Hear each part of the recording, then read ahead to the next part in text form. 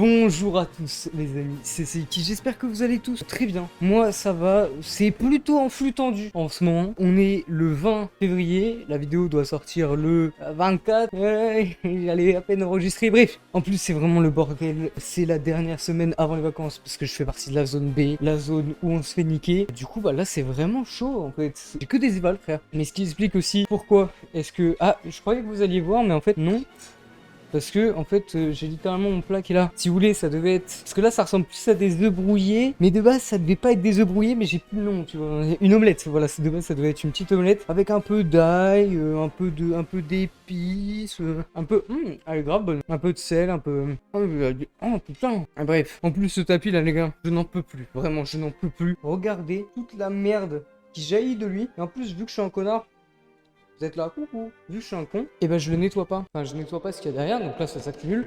Pour la simple et bonne raison qu'en fait, tout le bureau, toute la tour et tout va être nettoyé en même temps. Donc pour l'instant, je laisse un peu s'accumuler, histoire de faire un grand ménage d'un coup. Parce que le bureau là, il va changer pour un bureau assis debout pour venir compléter le setup de Walk, le Walk Desk, qui va être vraiment parfait en fait pour faire des steps, pour travailler et pour enfin pouvoir jongler plus facilement entre ma chaise et ce tapis. Bref, j'ai pas grand chose d'autre à dire, la diète a été catastrophique. Je vais pas vous mentir, j'ai pas repris de gras véritablement, mais j'ai repris du... Je sais que c'est pas une excuse, mais c'était la Saint-Valentin, vas-y, j'ai fait des petites singeries à base de genre 2 kilos de spaghetti bolognese, voilà. Mais enfin, est-ce que j'ai d'autres choses à vous raconter? Non, pas vraiment. On va directement passer à ce qui nous intéresse véritablement, à savoir la perf. Donc c'est le premier cycle que je fais avec mon nouveau coach, comme je vous ai expliqué dans la première vidéo qui est juste là. Franchement, au niveau sélection des exos, c'était pas mal. On a une bonne sélection d'exos et en fait je cycle mes exercices et sur le premier cycle, vous allez voir en vrai tous les exos qu'il va y avoir. Mais pour vous expliquer un petit peu, je cycle par exemple, pendant 2 semaines je fais du squat et 2 semaines je fais du soulevé de terre. Pendant 2 semaines je fais des dips, pendant 2 semaines je fais du bench. Grosso modo, c'est à peu près ça. Pourquoi est-ce qu'on fait un cycle, etc. Je les expliquerai sûrement prochainement. Mais aujourd'hui les gars, faut vraiment faire concis parce que sinon la vidéo elle sortira jamais dans les délais. Le premier upper qui était un upper de volume. La séance a très mal commencé, voilà. Donc en premier exo, on avait des dips. Sauf que j'arrive, ils ont donné, pas vendu, donné le rack à dips. Ils ont donné un rack à dips. Au lieu d'avoir 2 espaces pour faire des dips, il n'y en a plus qu'un. Et le seul qui reste pue la merde. Vraiment, il pue la grosse merde. Et en fait, je suis dans un espace qui est à l'étage. Et à l'espace à l'étage, évidemment, il y avait donc le deuxième rack à dips qui a été donné. Du coup, j'ai essayé de faire des dips avec des anneaux. Sauf que, en fait, ça m'a rapidement saoulé. Parce que l'instabilité, parce que... Puis même, j'avais pas envie de faire des dips aux anneaux, genre tout simplement. Donc, j'ai skip. En plus, je sais pas pourquoi. Première de série d'échauffement, j'ai eu direct mal à la tête. Je me suis dit, putain, ma séance, elle est foutue. En plus, j'étais claqué et tout. Du coup, bah, j'ai directement commencé véritablement par des tractions supination en compression complète. C'est-à-dire qu'en gros, plutôt que de faire des tractions supination hop menton, vous allez vraiment chercher la compression complète, c'est-à-dire en fait venir toucher vos pecs avec vos mains, ce qui est assez compliqué à faire, assez compliqué à prendre le coup de main, parce que moi comme un mongol je faisais ça, sauf que non en fait il faut vraiment venir ici et c'est littéralement 2 fois plus dur que des tractions normales. L'amplitude, c'est une amplitude de Golemont parce que frère t'arrives là, t'as l'impression que t'as fini mais en fait non t'as encore ça et en fait non t'as encore ça, enfin c'est insupportable mais c'est marrant. Et donc j'ai fait 10 kilos pour 6 reps, 5 kilos pour 8 reps et au PDC j'ai fait 11 reps. Ils étaient pas vraiment super clean, c'était pas vraiment une compression complète parce que j'avais du mal à comprendre ce que c'était et je sais que la forme aujourd'hui c'est pas du tout la même que la semaine dernière, donc la semaine dont on parle là, ça restait des très belles tractions mais pas en compression complète, donc c'était légèrement moins dur. Voilà, je ne spoil pas pour cette semaine mais sachez que la semaine dernière mes tractions étaient un peu moins strictes. Mais enfin, après m'être bien amusé sur les tractions, je suis parti faire du front lever ou en tout cas des front lever lean up to hold. Donc lean up c'est, je sais pas, je sais pas, mais en gros lean up to hold c'est tu vas lean dans le mouvement et tu vas faire un hold, faire un maintien. Front lever lean up to hold et back lever lean up to hold. Donc front lever c'était chaotique mais si on dit que le front était chaotique, attendez de voir le bas, on va pas spoil mais le front était burlesque, d'autant plus qu'en fait j'ai pas du tout mis l'élastique au bon endroit. En fait le jour où vous voulez faire des front lean up to hold, pour vous délester vous mettez l'élastique au niveau de votre cul et surtout là où vous accrochez les élastiques, vous les accrochez pas genre 2 mètres plus loin, non vous les accrochez au niveau de là où vous mettez vos anneaux ou votre barre ou ce que vous voulez. Les perfs elles veulent rien dire, la forme est horrible. Bref, il y a rien qu'à de sens. Front et back, j'ai bien rigolé hein, mais c'était n'importe quoi parce que oui je dis front et back parce que Non, non, c'est trop. Regardez ce qui s'est passé pour le bac. Oh la galère que c'est. Oh la galère que c'est.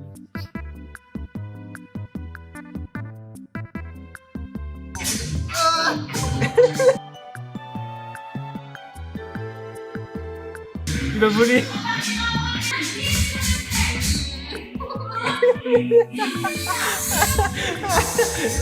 Allez. Allez, concentre-toi, concentre-toi.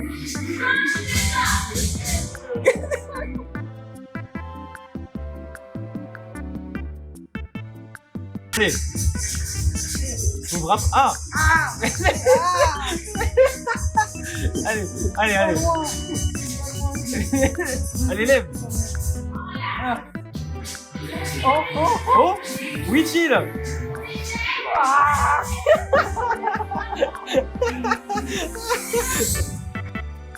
Mec, je sais même pas comment. Ça n'a aucun sens et quand même j'ai réussi à essayer d'en faire, tu vois, à faire des prémices de quelque chose. Enfin, c'est... Même moi, je sais pas comment j'ai fait. Mais bref, pour revenir à des exos plus classiques, on part directement sur un curl à la barre. Voilà, un curl barre biceps curl à la barre EZ comme as. Et là, on a fait des belles paires, donc 27,5 kg 20 reps et 22,5 kg pour 25 reps. Des belles séries, je pense que pour le 22,5, j'aurais pu en taper une de plus, mais pas sûr. C'est une séance qui est axée volume. J'ai une séance volume, une séance force. On va taper dans des rep range qui sont totalement différents. C'est pour ça que là, je suis dans du 20, 25. Au skull crusher, même, il y a pire. Ouais, il y a pire.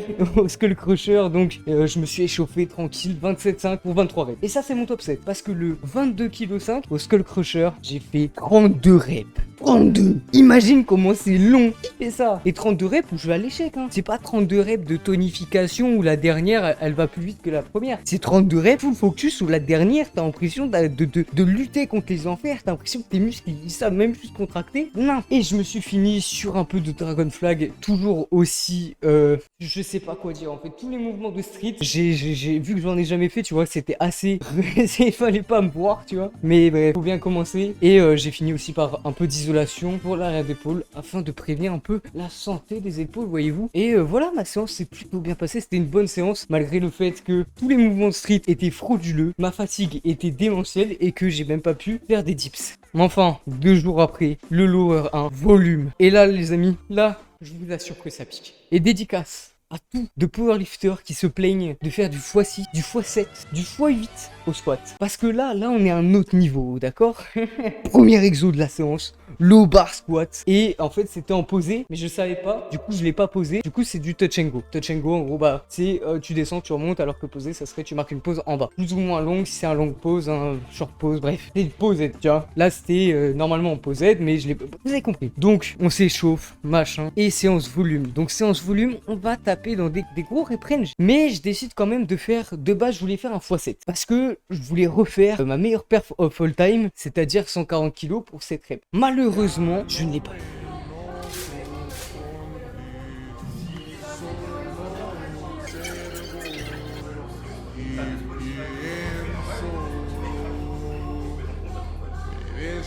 Parce que j'ai fait que 6 reps. Et pourquoi j'ai fait que 6 reps? Je le sais, en vrai, j'ai changé la barre dans mon dos, j'ai plus du tout les mêmes leviers et je réapprends totalement le squat. Mais donc 6 reps sur une technique pareille, mec, en vrai, j'étais quand même heureux, tu vois. Je suis quand même content de la perf, même si c'est pas un PR of all time. Il y a plein de facteurs qui ont fait que, mais pour le coup, j'étais quand même vraiment satisfait et j'avais pas compté comme vrai PR les 140 x 7 parce que bah, j'ai rétabli un tableau des PR et tout. Donc 140 x 6 est un PR, pas of all time mais un PR. Donc tant mieux. Ensuite, deuxième set, ça se barre déjà en couille. 120 kg. Ok, jusque là tout va bien. 11 reps de squat. Et là j'ai peur. J'ai peur parce que à l'heure actuelle, demain, c'est ma séance volume. Plutôt que de faire du squat normal, je vais faire du squat posé. Donc là, je vais devoir faire les mêmes perfs en posé. Enfin, en tout cas, c'est mon objectif personnel, c'est-à-dire de refaire les mêmes perfs en posé.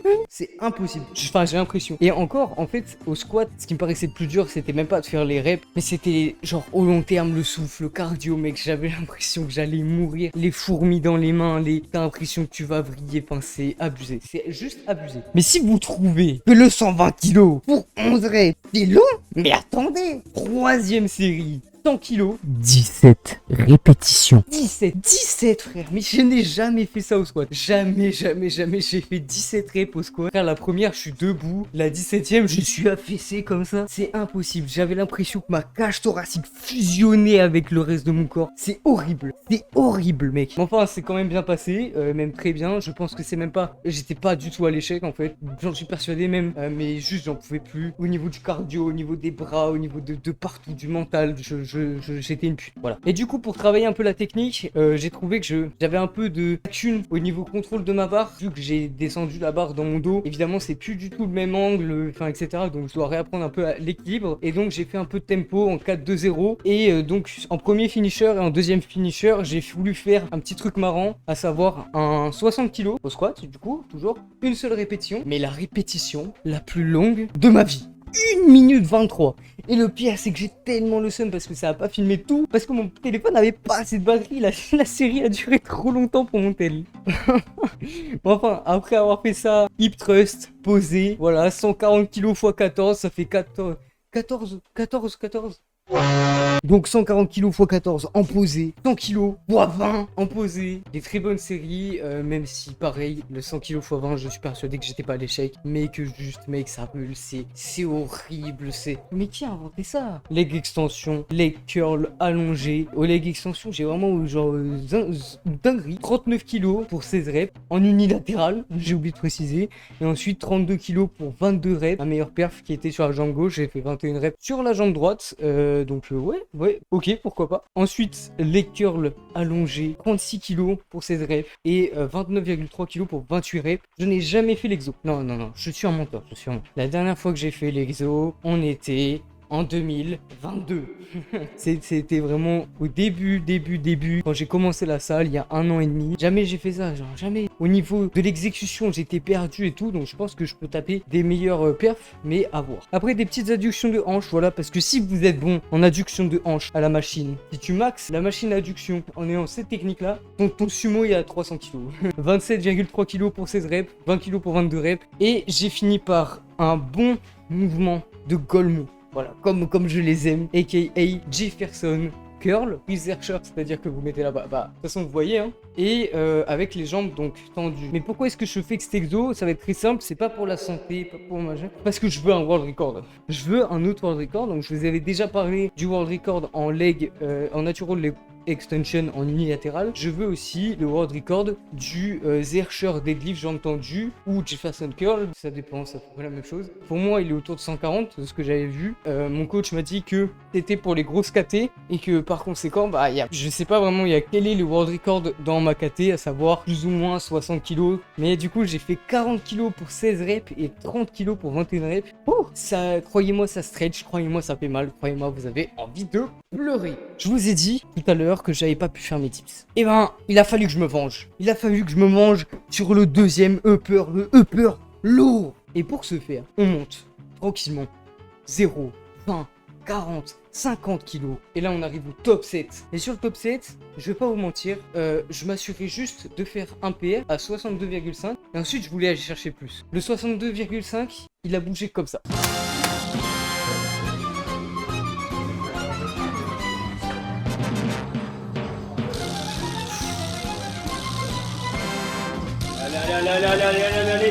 Allez.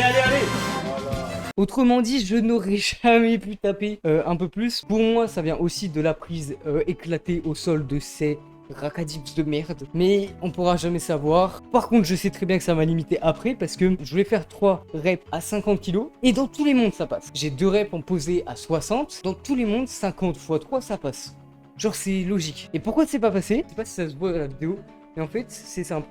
Sur les petits trucs de merde où on pose les mains, ma main a glissé parce que j'avais pas mis de magnésie. Et du coup, en fait, je suis passé de ok, j'appuie avec un os. Du coup, il y a genre pas de perte de force ou très peu et je suis stable. À je me broie littéralement les poignets parce que la barre appuie ici.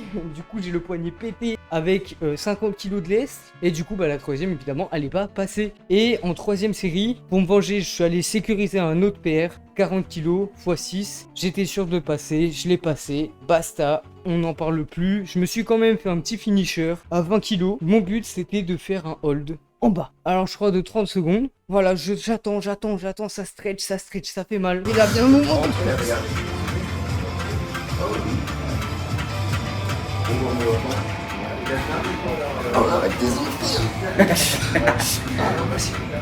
Après j'étais à ça de l'avoir. Je vais le retenter hein. Dans 2 jours c'est ma séance upper lourd. Je fais le même finisher et cette fois-ci je le passe. Je le dis, voilà je l'annonce. Je fais le même finisher et je le passe. Après ça vous savez ce qui vient. Chin-up ou traction, supination en compression complète. Pareil la technique était assez frauduleuse et j'ai pas réussi la compression complète. Je veux pas invalider mes PR parce qu'au moins ça me forcera à doubler d'ingéniosité pour pouvoir continuer de PR sur ce mouvement pendant 1-2 semaines avant que je devienne véritablement et objectivement plus fort pour retaper un RM, retaper peut-être 26-27 kg et cette fois-ci vraiment le passer en compression complète au niveau des pecs bien propre. Mais j'ai quand même fait du coup un premier PR de sécurité à 21,25 pour une rep qui lui est bien monté. Et ensuite j'ai mis 25 kg et là la compression ne s'est pas faite mais je me le suis validé quand même. J'ai précisé dans le tableau des PR qu'il était moche. Voilà, parce qu'il va pas se mytho les moches. Sinon, après, j'ai tapé 4 reps à 15 kg et 6 reps à 7,5 kg. En fait, pareil, les 2 autres séries, je les ai pas, tu vois, pas compressées complètement et c'est assez agaçant parce qu'en fait, j'arrivais pas à piger le truc. Et moi, plutôt que de faire vraiment ramener vers les pecs, j'ai ramené vers les épaules, tu vois, plus ici. Et en soi, tu vas me dire c'est la même chose. Sauf que, bah non, parce que du coup, t'as beau forcer et fléchir tes bras comme un golemon, tu te déboîtes les avant-bras, tu les pumps comme un malade. Du coup, après, t'as plus le grip, mais pour autant, t'arrives pas à toucher parce que t'es trop sur le côté. Après, il était temps de la vengeance en front et back lever. Après avoir compris où est-ce qu'il fallait mettre les élastiques, etc., on a assisté quand même à des fronts et à des backs beaucoup plus clean. Surtout le back. Donc, je me suis délesté pour mon premier set à moins 14 kg pour 4 reps et moins 19 kg pour 10 reps sur mon front. Le front, c'est vraiment dur. À piger le truc, à rester bien en protection, forcer, mettre assez de jus dans le cul pour avoir une belle ligne, mais pas trop dans les jambes. Franchement, c'est dur. Pour le coup, le back, je trouve ça beaucoup plus simple. Même, en fait, une fois que t'as pigé comment est en protraction, en ayant le bras derrière, ça se fait tout seul. Le seul truc, c'est la ligne. Pareil, parce que j'ai pas encore beaucoup de proprioception au niveau de mes hanches, de mes jambes dans cette position-là. Donc, c'est assez difficile de savoir comment est-ce que je suis bien censé être en hollow body. J'ai tendance à un peu m'affaisser dans les structures plus passives, typiquement genre là. Donc, c'est assez compliqué, tu vois. Après, il était temps de s'amuser. Biceps curl par EZ. Vous avez l'habitude. J'avais envie de tester mon 1RM en curl classique parce que j'ai mon 1RM en curl strict.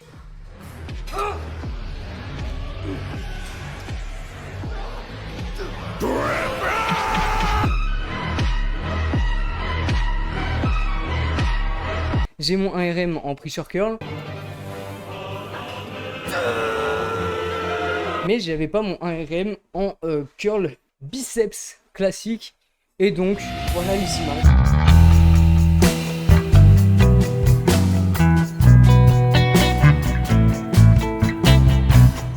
Une deuxième après, pas passé. Mais je suis sûr que j'aurais été en meilleure forme ce jour-là. J'aurais été ne serait-ce que frais à se reposer. Je précise pas, mais tous mes entraînements, je l'ai fait et je suis éclaté au sol. Vraiment, je sais pas pourquoi. Il y avait juste le premier upper où j'étais prêt. Le reste, je suis tout le temps mort de chez mort. Je suis dans un autre monde. Mais enfin, après ça, 37,5 kg pour 3 reps. 30 kg pour 7 reps. Emballé, c'est pesé 37,5. Ça a lâché un beau grind dû au fait que j'étais plus dans mon groove, plus dans ma trajectoire, que j'ai été loin et du coup mais elle est passée. Enfin on finit avec les skull crushers parce qu'en fait j'ai skip le Facebook parce qu'en fait ça faisait déjà 3h51 minutes que j'étais à la salle. Il était 22h, j'étais fatigué, j'avais cours le lendemain, bref, on souffle. Et j'ai quand même fini par un putain de gros PR au skull. 40 kg, fois 2 répétitions gros. La dernière fois que j'ai fait du skull, en lourd, j'avais 40 kg pour une rep. Avec un balancier qui était quand même plus important. Là j'ai un petit balancier, tu vois, mais carrément moins important. Et en plus, 2 reps. J'ai doublé mon PR. J'ai doublé mon PR au skull crusher. C'est fou. Après, je me suis terminé les triceps. 30 kg x 7 reps. J'ai un peu dépassé de ce que j'aime bien être sur ma séance lourde. C'est-à-dire 1 à 15. Et là, ouais, je suis allé chercher dans du 16 reps. Mais bon, j'allais pas me limiter. J'allais pas limiter mon PR sous prétexte que oui, mais j'ai pas envie de faire 16 reps. Non, à l'échec. RP10. On finit cette semaine en beauté par le deuxième lower. Celui-ci, du coup, j'étais au courant que c'était du low bar posé, hein, et non pas du low bar normal. Et du coup, je m'échauffe, 20, 60, 100, 140. Mais je sens que la barre est lourde, tu vois. Je sens que, ouais, j'étais d'autant plus crevé que d'habitude. Il y avait beaucoup trop de monde pour un samedi. J'étais fatigué. Laissez-moi dormir. Laissez-moi être bien. Mais je décide de mettre 150 kilos. Je sais pas, je n'ai aucune référence sur mon squat posé. Mais pour le coup, 150 kilos, je la déraque. Elle est lourde. En vrai, elles sont archi clean. Alors, la première pose est un peu timide, mais la deuxième, franchement, elle mérite le respect quand même. J'aurais peut-être pu en taper une troisième. Bon, non. Est-ce que je suis généreux? Probablement. La difficulté entre du posé et du touch and go au squat, ça n'a rien à voir. Mes perfs en touch and go de la semaine dernière, en posé demain, généreux le frérot. Après ça, j'ai baissé à 145 et j'ai tapé 3 reps. 3 reps, des enfers, mais 3 reps quand même.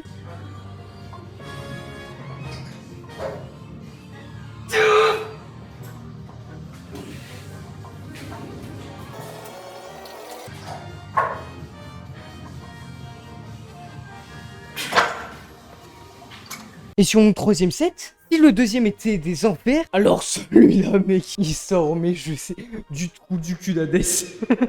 Et mal la série de Golemont. Premier rep, tranquille. Deuxième rep, tranquille. Troisième rep, quatrième rep. Waouh. Cinquième. J'ai failli mourir. Genre vraiment littéralement en fait la barre avait un peu glissé dans mon dos. Je l'avais redressée du coup entre la quatrième et la cinquième. Et du coup je retente la cinquième. La cinquième je la passe en touch and go. Je me la suis compté parce que vu qu'il y a eu ce truc de je vais mourir, je l'ai passé. Je retourne pour le rack. Et en fait il faut savoir que je suis entre deux hauteurs. Du coup j'ai mis celle qui était la plus haute. Donc je déraquais sur un poids pour être surélevé et être à la bonne hauteur.